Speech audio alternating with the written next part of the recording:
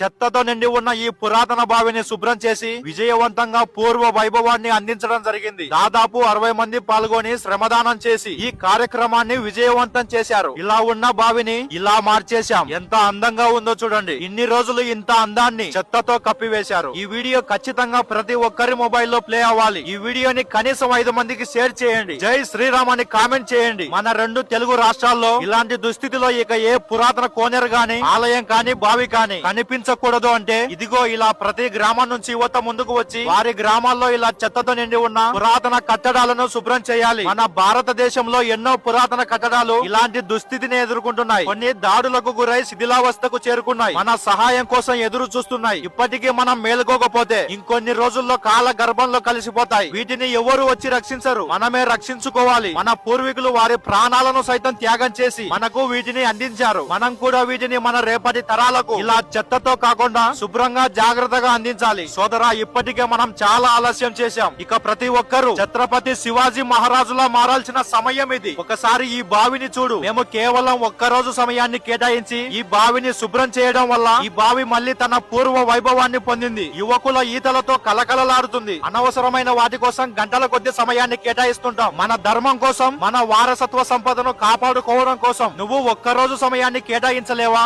మన కళ్ళ ముందే ఇవి శిథిలం అవుతున్నా పట్టించుకోకపోతే మళ్ళీ ఇలాంటివి మనం నిర్మించాలి అనుకున్నా నిర్మించలేము. ఇప్పటికే చాలా పురాతన కట్టడాలు శిథిలావస్థకు చేరి కాల గర్భంలో కలిసిపోయాయి. కనీసం మనం ఇప్పుడైనా ముందుకు వచ్చి ఉన్న వాటిని రక్షించుకుందాం. నేను కోనేరులో బావులు శుభ్రం చేసే వీడియో పెట్టిన వెంటనే ఎంతో మంది నాకు వారి గ్రామాల్లో ఇలాంటి దుస్థితిని ఎదుర్కొంటున్న పురాతన కట్టడాలను ఫోటో తీసి పంపిస్తున్నారు. దీన్ని కూడా శుభ్రం చేయండి అని మెసేజ్ పెడుతున్నారు. మీ దగ్గర నుంచి నేను ఆశించేది అలాంటి మాట కాదు. మా గ్రామంలో కూడా ఒక పురాతన కట్టడం ఇలానే ఉంది. నేను ఒక 10 మందిని సిద్ధం చేశాను. రండి శుభ్రం చేద్దాం అనే మాట కోసం ఎదురు చూస్తున్నా. ముందు నేను ఈ బావి దగ్గరికి వచ్చినప్పుడు ఆంజనేయ స్వామి ముందర మద్యం సీసాలు దర్శనమిచ్చాయి. ఆ చెత్త అంతా తొలగించి స్వామి వారికి పూజలు చేయడం జరిగింది. అలాగే బావి చుట్టూ మలమూత్ర విసర్జనలు చేశారు. జేసీబీతో మొత్తం శుభ్రం చేపించాం. ఈ బావి ఎంట్రన్స్ లో 3 స్తంభాలు ఉండేవి. ఇక్కడ ఏవో ఉంటాయని ఆలోచించి కొందరు అత్యాశతో వీటిని విరగొట్టి ఇక్కడ గుంత తవ్వారు. ఒకటి విరిగిపోయింది. ఇంకా 2టిని యథాస్థానంలోనే పెట్టడం జరిగింది. అలాగే నీటిలో ఉన్న చెత్తను మొత్తం తీసి నీటిని శుభ్రం చేశాం. చిన్న పిల్లలు ఈ కార్యక్రమంలో ఎంతో ఉత్సాహంగా పాల్గొన్నారు. ఈ జనరేషన్ పిల్లలంతా చిన్నప్పటి నుండి చెడు అలవాట్లకు బానిసలైపోతున్నారు. భక్తికి దూరం అయిపోతున్నారు. కొందరైతే ఆలయాల వైపు కనీసం చూడటం లేదు. ఈ రోజు వాళ్ళు చెడు అలవాట్లకు బానిసలైపోతున్నా కూడా వారి తల్లిదండ్రి పట్టించుకోకపోతే రేపు వాళ్ళు మన ఆలయాలను ఎవరైనా నాశనం చేస్తుంటే పట్టించుకోకపోగా వాళ్ళే మన ఆలయాలను నాశనం చేసే వరకు వస్తుంది పరిస్థితి. దయచేసి పిల్లలను రోజు 1 గంట ఆలయాలకు తీసుకువెళ్ళండి. వాళ్లకు మన సంస్కృతి సాంప్రదాయాల గురించి తెలియచేయండి. వాళ్ళని ఒక భక్త ప్రహ్లాద మాదిరి తయారు చేయండి. మొత్తానికి మేమంతా కలిసి ఈ బావికి పూర్వ వైభవాన్ని అందించాం. ఇప్పుడు ఇక నీ వంతు. మీ గ్రామంలో ఇలాంటి దుస్థితిలో ఉన్న ఒక పురాతన కట్టడం నీ కోసం ఎదురు చూస్తుంది. ఆ కట్టడం శిథిలమై పోకముందే వెళ్లి పూర్వ వైభవాన్ని అందించు. ఈ బావిని శుభ్రం చేద్దాం రండి అని పిలుస్తానే పెద్ద ఎత్తున కదిలి వచ్చారు ఈ ఇటికేల గ్రామస్తులు మరియు చుట్టుపక్కల గ్రామాల వాళ్ళు. ఇక్కడ శుభ్రం చేయడానికి వచ్చిన ప్రతి ఒక్కరికి ఈ అన్న వాళ్ళు భోజనాలు ఏర్పాటు చేశారు. మరియు జేసీబీతో ఈ ప్రదేశం అంతా శుభ్రం చేయించారు. ప్రతి ఒక్కరికి హృదయపూర్వక ధన్యవాదాలు తెలుపుకుంటున్నా. ఈ బావి నంద్యాల జిల్లాలోని కొలిమిగుళ్ల మండలంలో ఉన్న ఇటికేల గ్రామంలో ఉంది. జై శ్రీరామ్.